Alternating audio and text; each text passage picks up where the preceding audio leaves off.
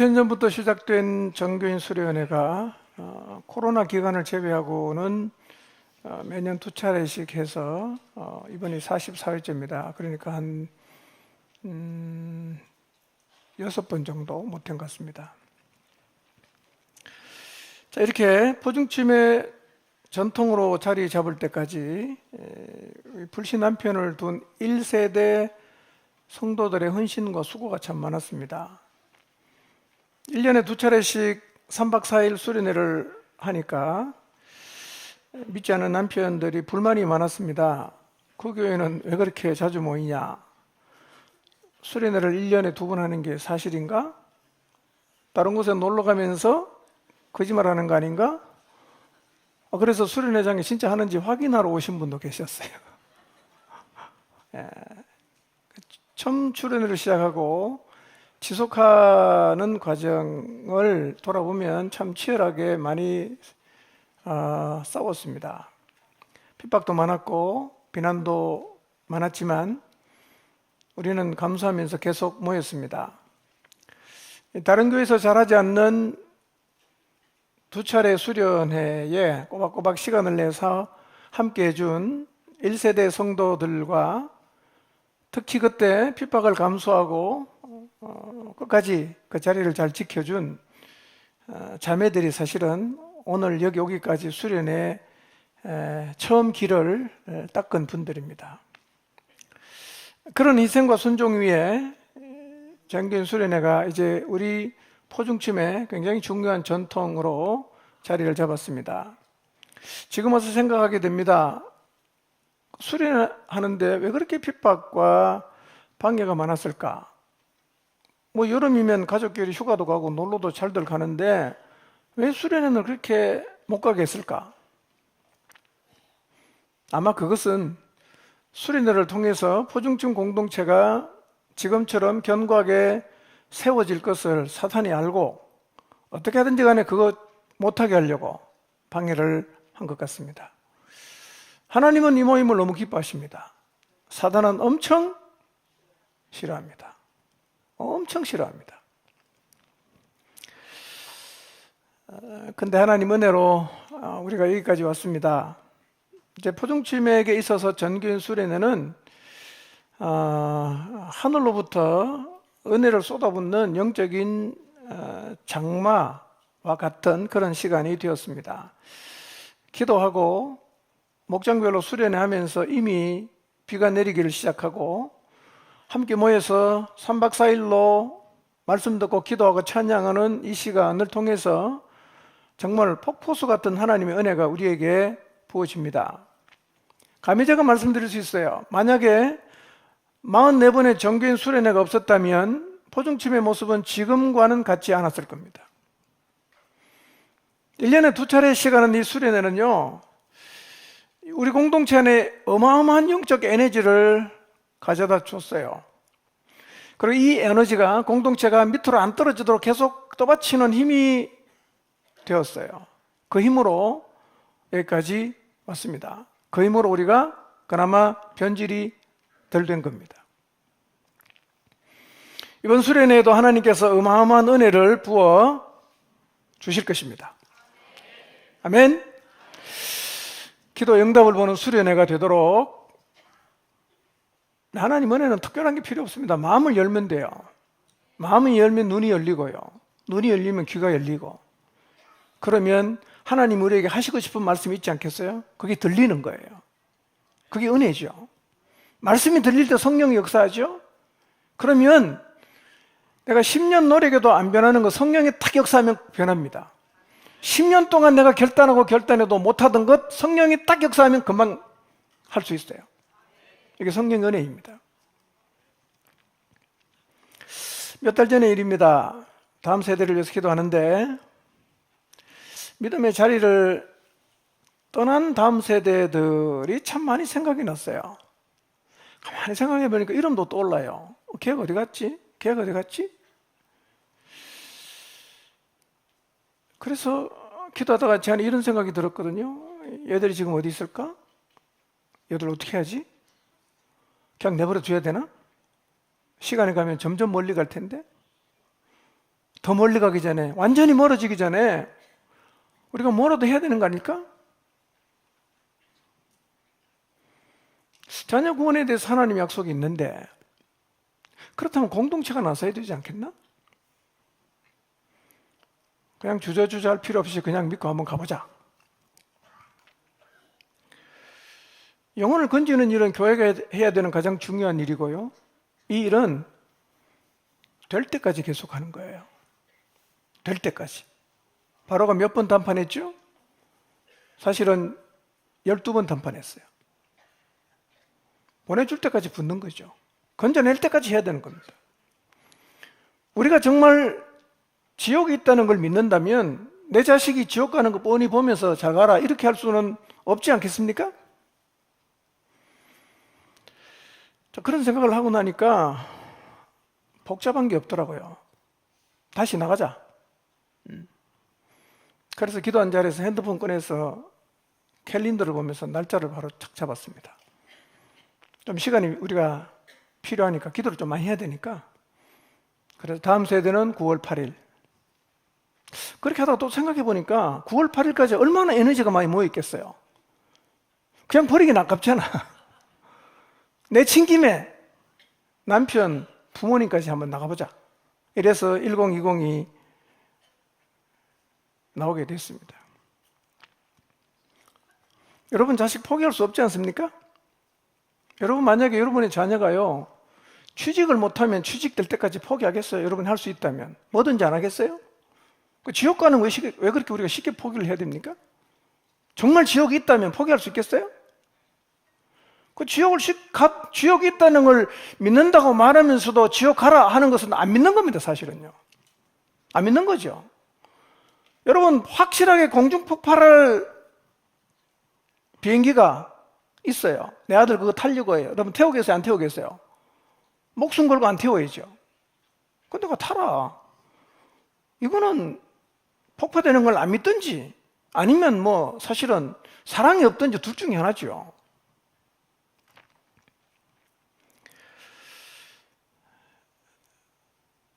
여러분, 다음 세대는 우리 교회뿐 아니고요. 우리 시대 한국교회가 반드시 넘어가야 되고 정복해야 되는 여리고 같은 곳입니다. 이거 못 넘어가면 한국교회의 미래는 완전히 없어집니다. 없어집니다. 네. 이번에 우리 8월 23, 24인가? 8월 23, 24 국내 단기 선교 저기 우리 교회들 방문하는 게 5교회가 있거든요. 보통 나이가 40대, 50대, 60대, 20대, 30대는 부르지도 않아요. 없다는 얘기잖아. 젊은 사람 없습니다. 그 젊은 사람이 왜 없겠어요? 다음 세대가 다 떠나가시는 거 없는 겁니다. 다음 세대가 붙어 있으면 젊은 사람 있지 않겠어요? 저는 시간이 많지 않다고 생각합니다. 한국교회가 다음 세대를 붙잡기 위해서 힘을 낼 수 있는 시간이 별로 없어요. 왜냐하면 한국교회를 이 자리에 오기까지 헌신했던 부흥의 세대들, 그래도 한국교회를 생각하면서 나라를 위해서 기도하는 세대가 다 지금 노인들입니다.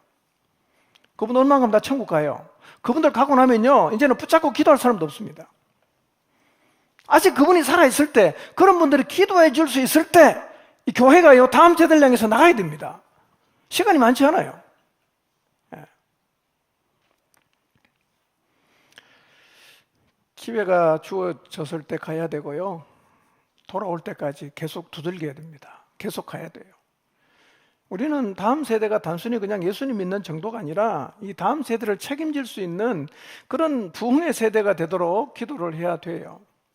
근데 여러분 뭐 사회적인 우리나라 돌아가는 거 보세요. 얼마 전에 대법원에서 보험공단의 그 동성혼은 아닌데 둘이 살면서 보험 혜택 받게 해달라는 거 대법원에서 오케이 했습니다. 이제 그 다음에 어디로 가겠어요? 동성혼 합헌으로 나가겠죠? 예. 나이 든 세대는 젊은 세대, 우리 시대가 추구하는 가치는요, 도저히 수용이 안 돼요. 이해가 안 되는 겁니다. 그런데 문제는 우리 아이들이 그 가치를 그대로 다 받아들이고 있어요. 그대로 다 받아들입니다. 그러니 사실은 이 아이들을, 이런 생각을 갖고 있는 아이를 복음의 자리에 세운다는 게 가능할까? 사실은 인간적으로 생각하면 별로 가능성이 없어 보여요. 쟤들이 예수님 믿겠냐? 안 믿을 것 같아.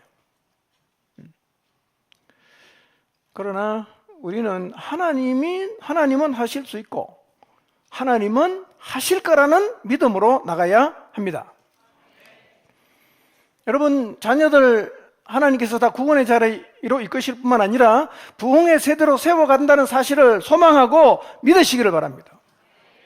우리가 볼 때 불가능해 보이는 다음 세대 건지는 일, 누군가는 해야 돼요. 누군가는 이 물꼬를 터야 됩니다. 어느 교회든 간에 그 교회에서 되는 걸 보여줘야 다른 교회에 따라하지 않겠어요? 어쨌든 간에 누구라도 길 한번 터야 됩니다. 안 된다가 아니라 되더라 이러면 다시 용기를 내서 다 한번 도전하지 않겠습니까? 저는 어차피 우리가 시작했으니까 우리 교회가 다음 세대를 건져내는 시대적 사명을 감당하게 되기를 소망합니다. 우리가 무식할 정도로 밀고 나가는 이유는 딱 하나입니다. 하나님이 약속했는데 안 될 리가 없잖아요. 그렇지 않아요? 하나님이 약속했는데 안 될 리가 없잖아요. 이건 출애굽기 말씀은 다 그거예요. 약속 지키겠다. 이걸 계속 반복하는 겁니다. 내 약속 지킨다. 그 지키러 왔다. 다 이런 얘기거든요.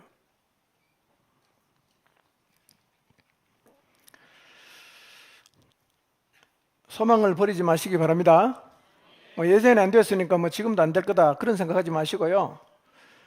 절대로 입으로라도 안 됩니다, 못합니다, 할 수 없습니다 이런 부정적인 말 하지 마시길 바랍니다. 불가능하다고 믿으면 불가능해질 거예요. 그러나 하나님이 한다고 믿고 나가면 하나님이 하실 겁니다. 된다고 말하시기 바랍니다. 하나님이 하신다고 말하시길 바랍니다. 우리 자녀들이 다 주님께로 돌아와서 새 삶을 얻고 다음 세대를 책임질 믿음의 사람으로 설 것을 소망의 눈으로 바라보시기를 바랍니다. 0908-1020 하늘문 여시고 하나님의 기적이 일어날 줄을 믿으시기를 바랍니다. 자, 수련의 주제 한번 읽어봅니다. 시작. 네. 예. 이번 수련회는 사실은 0908을 향해 가는 중간에 있잖아요. 예, 자, 이어지는 얘기입니다. 예, 이어지는 얘기. 자, 이번에는 출애굽기 오늘은 3장 하고요. 내일은 4장, 5장 하고요. 주일날 6장을 할 텐데요. 이 출애굽기 말씀을 통해서 하나님이 아브라함에게 주신 약속을 어떻게 이루어 가시는지를 우리가 살필 텐데요. 여러분 400년 지나고 아브라함 때면 거의 굉장한 세월이 갔거든요. 하나님 그걸 계속 기억하고 계세요. 그걸 또 이루겠다고 오셨단 말이에요. 그분은요 약속한 거 절대로 안 잊어먹습니다. 여러분에게 한 약속도 그분은 절대로 잊어먹지 않습니다. 이걸 믿으시길 바랍니다. 예, 절대로 안 잊어먹어요. 꼭 기억하고 있습니다. 그러니까 아브라함에게 주신 약속을 신실하게 이루어 가신 하나님을 우리가 살피면서 그렇다면 나한테 주신 약속도 하나님이 반드시 그렇게 이루시겠구나 라는 믿음을 갖게 되시기를 바랍니다. 자, 하나님이 아브라함을 불러내시고요 만나서 약속을 하십니다. 무별과 같은 많은 자손을 주겠다. 그 다음에 두 번째 약속, 네가 지금 살고 있는 이 땅 가나안을 내가 너희 후손들에게 기업으로 주겠다. 이렇게 약속을 하시면서 그 약속의 어간에 이런 과정이 있을 거라는 말씀을 하셨어요. 자, 창세기 15장 13절 14절입니다. 시작.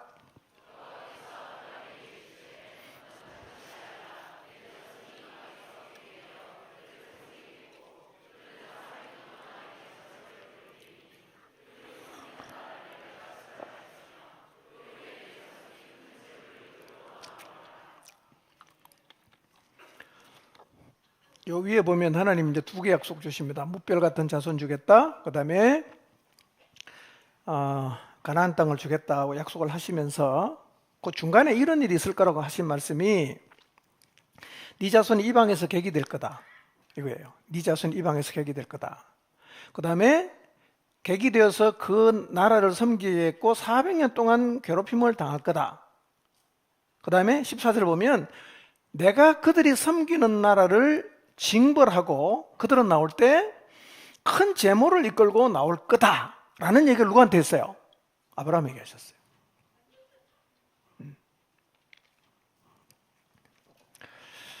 자, 이 말씀 그대로 이스라엘은 지금 이방 땅 애굽에서 어떻게 살고 있죠? 노예로 살고 있죠. 노예로. 그러니까 이루어지는 역사를 보면 다 하나님이 예언한 대로 다 이루어지는 거예요. 하나님이 말씀하신 대로 다 이루어지는 거죠. 그러니까 하나님이 역사를 다 꿰뚫고 있어요. 하나님은 미래를 다 알고 계세요. 여러분의 미래도 하나님 아실까요? 모르실까요? 아시죠? 그분은 약속하신 대로 우리 인생을 이끌어 가십니다. 이렇게 하나님 말씀하시는 대로 아브라함의 후손 야곱을 통해서 어디로 갑니까? 애굽으로 들어가죠? 근데 애굽으로 들어가는 과정도 한번 보세요. 만약에 가나안 땅에서 그 야곱하고 12아들이 잘 살았으면 애굽에 갈 생각을 하겠습니까? 안 하겠죠? 하나님 어떻게 보냅니까? 정말 예상하지 못한 방법이죠. 형들이 시기해갖고 팔아먹어서 요셉이 애굽에 갔는데 결국 그게 어떻게 되는 거냐? 하나님이 선발대를 보낸 거죠. 총리가 되게 하시고, 그리고 가족이 애굽에 내려갈 준비를 요셉을 통해 다 하시죠. 그 다음에 가족이 다 내려갔어요. 야곱의 가족이 내려가서 애굽에 가서 머문 곳이 어딥니까? 고센입니다. 지금 출애굽기 2장에 보니까 국고성을 짓고 있는데 그 국고성 이름이 뭐죠? 람셋이에요. 고센의 다른 이름이 람셋입니다. 똑같은 이름이에요. 그런데 하나님께서요, 왜 이 야곱의 자손들이 애굽에 갔을 때 고센에 머물게 하셨냐 하는 겁니다. 여러분, 고센은 이런 곳입니다. 본토, 애굽의 본토와는 상당히 떨어져 있어요. 그리고 거기는 애굽 사람이 별로 안 살아요. 그래서 그 땅이 어떤 땅이냐면 야곱의 가족들, 히브리 민족인 야곱의 가족들이 애굽 사람과 섞이지 않을 수가 있어요. 그 애굽 사람이 안 사니까 독립적으로 살 수 있는 땅이었다는 거예요.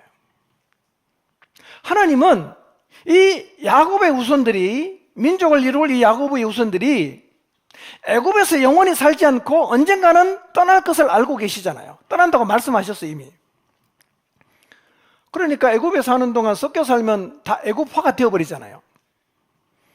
그러니까 하나님은 섞이지 않게 하시려고 처음부터 어디로 보냅니까? 애굽 사람이 안 살고 있는 고센으로 보내는 겁니다. 그러니까 이스라엘은요, 애굽에 가서 430년을 살았어요. 근데 애굽화가 안 돼요. 거기 살면서 하나님을 섬깁니다. 하나님의 방법대로 살아요. 그리고 모국어를 씁니다. 이스라엘의 전통을 갖고 있습니다. 민족의 동질성을 다 갖고 있는 거예요. 기가 찬 일입니다. 그 다음 두 번째로 고센 땅에 왜 머물게 하셨을까? 고센 땅은요, 가나안에 가기에 아주 가까운 곳입니다. 아주 가까운 곳이에요. 언젠가는 가야 되니까 하나님 염두에 두고 있는 거죠. 그래서 얘들을 어디 가서 살게 할까? 고센으로 가라. 고센에 살게 하신 거죠. 그러니까 출애굽은 고센에 간 지 몇 년 만에 일어납니까? 430년 만에 일어나죠. 근데 하나님은 430년 뒤를 내다보고 있죠. 그래서 고센에 가서 살게 하는 겁니다. 애굽화 되지 않도록, 가나안에 쉽게 갈 수 있도록. 그러니까 이스라엘이 고센 땅에 산 것은 하나님의 깊은 배려가 있다는 거예요.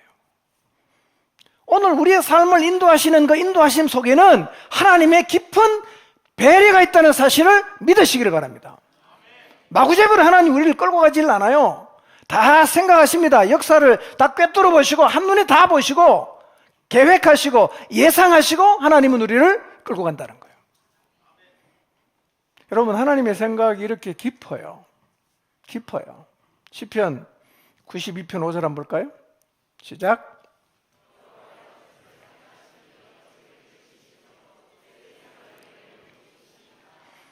여러분, 하나님의 생각은 매우 깊어요. 너무 깊어요. 그래서 우리가 하나님의 생각을 다 이해를 못해서 때로는 하나님을 오해도 하지요. 그러나 세월이 흐르고 가다가 보면 어느 순간 가보면 아하, 내가 하나님을 오해했구나.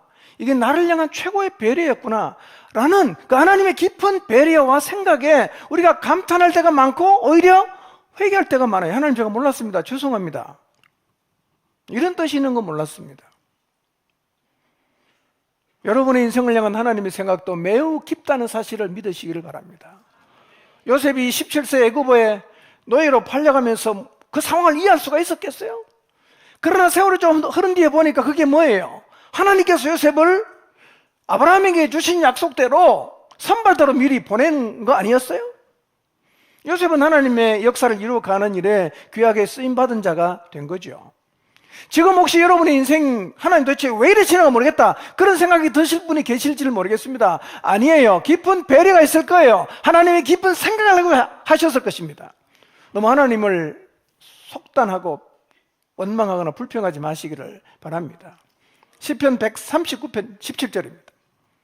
시작.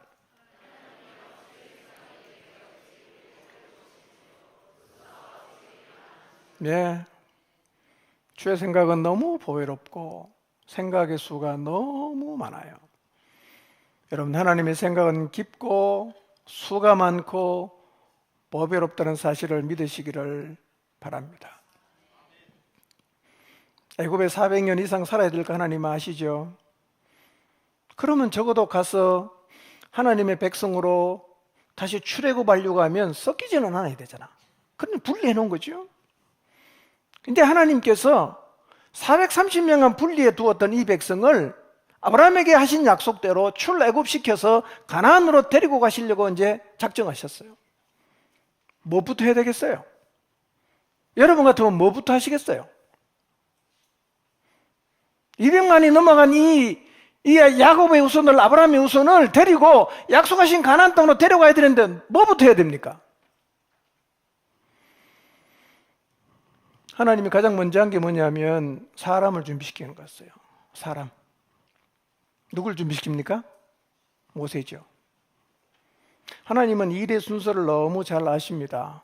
뭐부터 먼저 해야 되고 뭘 나중에 해야 되는지도 하나님은 너무너무 잘 아시죠. 하나님의 순서가 맞아요. 하나님의 순서가 맞아요. 이걸 믿으시길 바랍니다. 하나님이 하라고 하는 대로 하는 게 훨씬 낫습니다.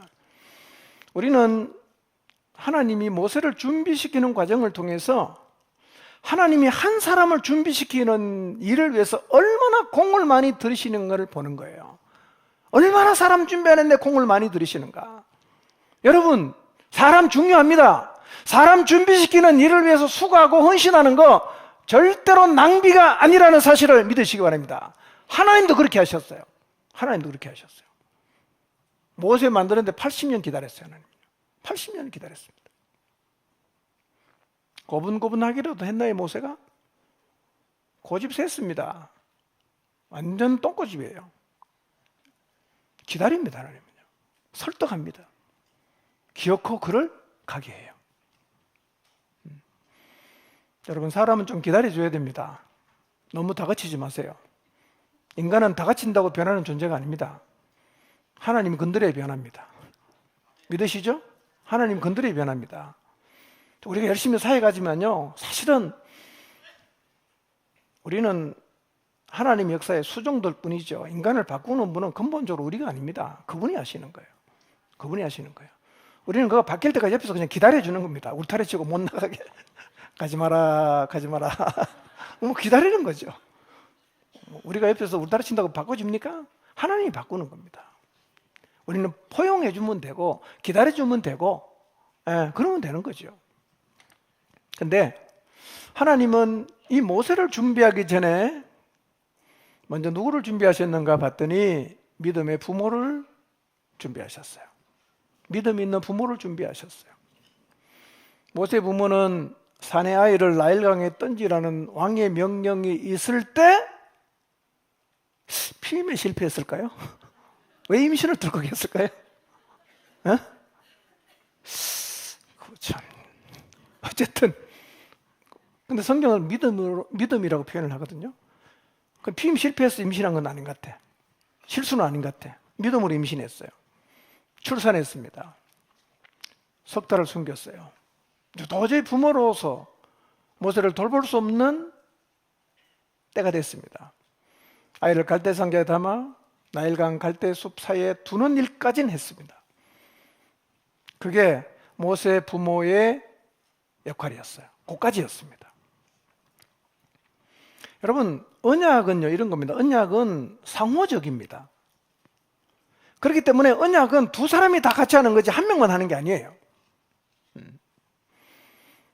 여러분, 하나님이 우리에게 약속을 하시고 우리와 언약을 맺으셔도 하나님이 다 하진 않습니다. 우리도 해야 됩니다. 우리는 어디까지 하면 되죠? 모세 부모가 했던 데까지는 우리도 해야 됩니다. 그까지는 해야 돼요. 예. 임신도 안 하고 나아가다 버리고 그건 아니죠. 모세 부모는 자기가 할 수 있는 일은 최선을 다해서 했다는 거예요. 그러니까 우리가 할 수 없는 건 누가 합니까? 언약의 상대자인 하나님이 하시는 거란 말이에요. 우리가 할 수 없을 때 할 수 없는 게 많죠. 우리는요 할 수 없는 게 많습니다. 우리가 주님의 부름을 받고 주님의 말씀에 순종해서 나가도요 우리가 할 수 없는 게 굉장히 많습니다. 그런데 우리는 그것까지는 할 수 없으니까 물론 할 수도 없겠지만 안 해도 괜찮습니다. 우리가 할 수 없는 건 누가 합니까? 언약의 상대자이신 하나님이 하세요. 그분이 일하실 때 나타나는 현상들을 우리는 기적이라고 하는 거예요. 그분이 나타나서 일하시면 기적이에요. 그러니까 하나님의 언약이 이루어지는 곳에는 그때뿐만 아니라 오늘날도 뭐가 일어납니까? 기적이 일어납니다. 그 무슨 얘기입니까? 하나님의 일하심이 경험된다는 얘기입니다. 예. 여러분, 우리가 할 수 있는 일을 믿음으로 감당하면 그 다음은 누가 합니까? 하나님이 하십니다. 이걸 믿으시기 바랍니다. 믿으시기 바랍니다. 하나님이 언약이 있으니까 아무것도 안 해도 된다, 그건 아니에요. 우리가 할 수 있는 건 해야 됩니다. 저는 이번 수련회를 통해서 자기가 한 약속을 완벽하게 이루시는 하나님을 여러분이 다시 한번 확인하시고 믿음으로 받아들이시고 0908-1020을 향해서 더 큰 확신으로 나가게 되시기를 바랍니다. 저는 이번 수련회를 준비하면서요 경험하는 하나님이신 성령님을 경험하게 해달라는 기도를 참 많이 드렸습니다. 사실은 기댈 건 그거밖에 없어요. 저는 우리의 모임 가운데, 말씀 듣는 가운데, 찬양하는 가운데, 영화를 보는 가운데 여기 임자에 계시는 하나님을 경험하게 되기를 기도합니다. 여러분, 성령의 역사하심이 희망입니다.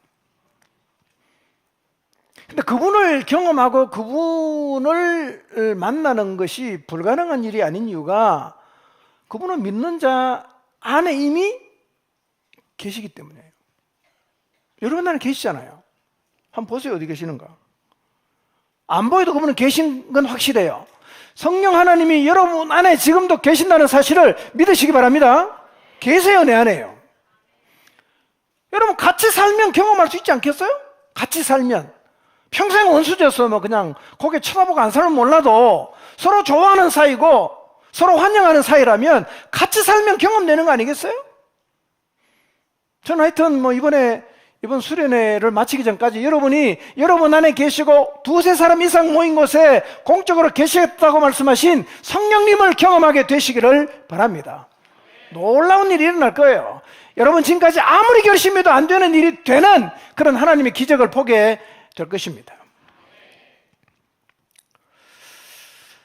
자, 지난 시간 말씀 잠깐 복습합니다. 자, 복습하는 이유는 일단 연속성이 있어서 그렇고요. 두 번째는 새로운 걸 듣는 것도 좋지만 중요한 거는 한 개라도 제대로 기억하는 것, 그리고 살아내는 게 더 중요하기 때문입니다.